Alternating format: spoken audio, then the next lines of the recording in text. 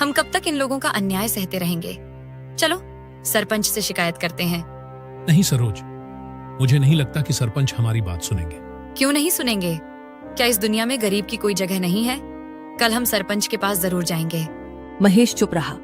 उसके मन में अपमान की आग जल रही थी।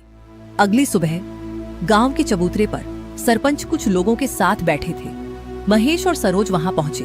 सुनिए सरपंच जी, कल सोमनाथ ने एक गरीब आदमी को खाना खिलाने के बदले मेरे पति को बहुत पीटा।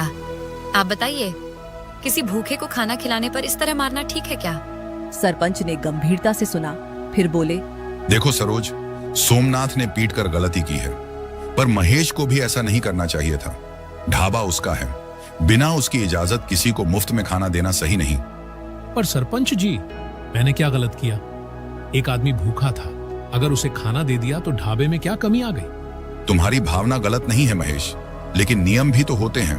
ढाबा सोमनाथ का है, तुम्हारा नहीं। ये क्या सरपंच जी, आप भी उसी की बात को सही मान रहे हैं? क्या हम जैसे लोगों का इस दुनिया में कोई अस्तित्व नहीं? अगर आपने कुछ नहीं किया तो हम इसका फैसला कहीं और से करवाएंगे, ये आप जान लीजिए। ठीक है महेश, मैं सोमनाथ से बात करूंगा, उससे पूछूंगा कि उसने मारपीट क्यों की। महेश और सरोज वहां से लौट आए।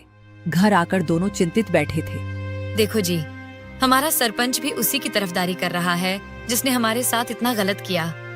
इतनी मुश्किल से एक काम मिला था, पर उस दुष्ट सोमनाथ ने मार मार कर यह हाल कर दिया। सरोज, सोमनाथ पैसे वाला है, इसलिए सरपंच भी उसका साथ दे रहा है। लेकिन अब मैं चुप नहीं बैठूंगा, अपने अपमान का जवाब लेकर रहूंगा, चाहे जो हो जाए। आप क्या करने वाले हो जी? कोई गलत कदम मत उठाइए। महेश ने कोई उत्तर नहीं दिया। वह उठकर बाहर चला गया। सरोज दरवाजे पर खड़ी उसे जाते हुए देखती रही। कहीं यह गुस्सा उन्हें किसी अनहोनी की ओर न ले जाए। उधर सरपंच सीधे सोमनाथ के ढाबे पर पहुंचे। सोमनाथ ने जैसे ही उन्हें आते देखा, तुरंत हाथ जोड़कर आगे बढ़ा। आइए सरपंच जी, आपका स्वागत है। बताइए कैसे आना हुआ? सोमनाथ, तूने महेश के साथ ऐसा व्यवहार क्यों किया? वह तेरे यहाँ काम करता था, उसने बस एक गरीब को खाना खिला दिया, बदले में तूने उसे बुरी तरह पीट दिया।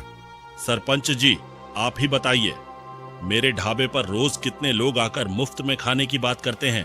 अगर मैं सबको खिलाने लगूं तो मैं खुद कंगाल हो जाऊंगा। मैंने यहाँ कोई लंगर नहीं लगाया है जो हर किसी को मुफ्त में खिलाता रहूं। देख सोमनाथ, समझाने का भी एक तरीका होता है। महेश को तू आराम से समझा सकता था, मारपीट करने की क्या जरूरत थी? गांव वाले सवाल उठाएंगे तो जवाब मुझे देना पड़ेगा। अब आगे किसी के साथ ऐसा किया तो मैं बर्दाश्त नहीं करूंगा। सोमनाथ थोड़ा नरम पड़ा।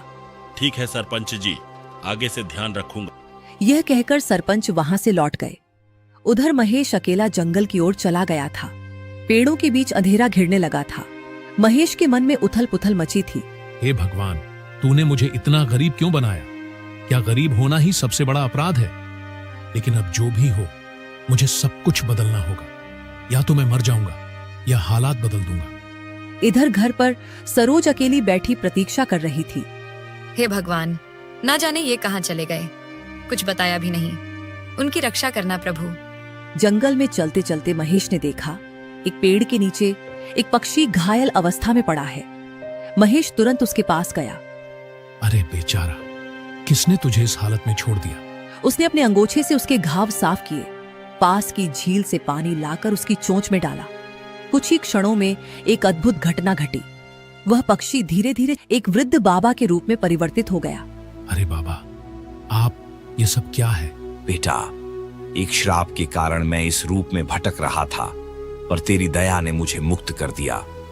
पर तू बता, इस अंधेरी रात में जंगल में क्या कर रहा है? महेश ने बाबा को अपने साथ हुई सारी घटना बता दी। मील की नौकरी, ढाबे की मार, अपमान और निराशा। बेटा, ये संसार ऐसा ही है। यहाँ गरीब का अपमान अक्सर होता है। पर तू क्या चाहता है? तेरे मन की सच्ची इच्छा क्या है? बाबा, मैं कुछ ऐसा करना चाहता हूं जहां गरीब की इज्जत हो, जहां कोई भूखा न रहे। मैं खुद उस दर्द से गुजरा हूं। मैं नहीं चाहता कि कोई और अपमान सहे। महेश, तेरे मन में सच्चाई है।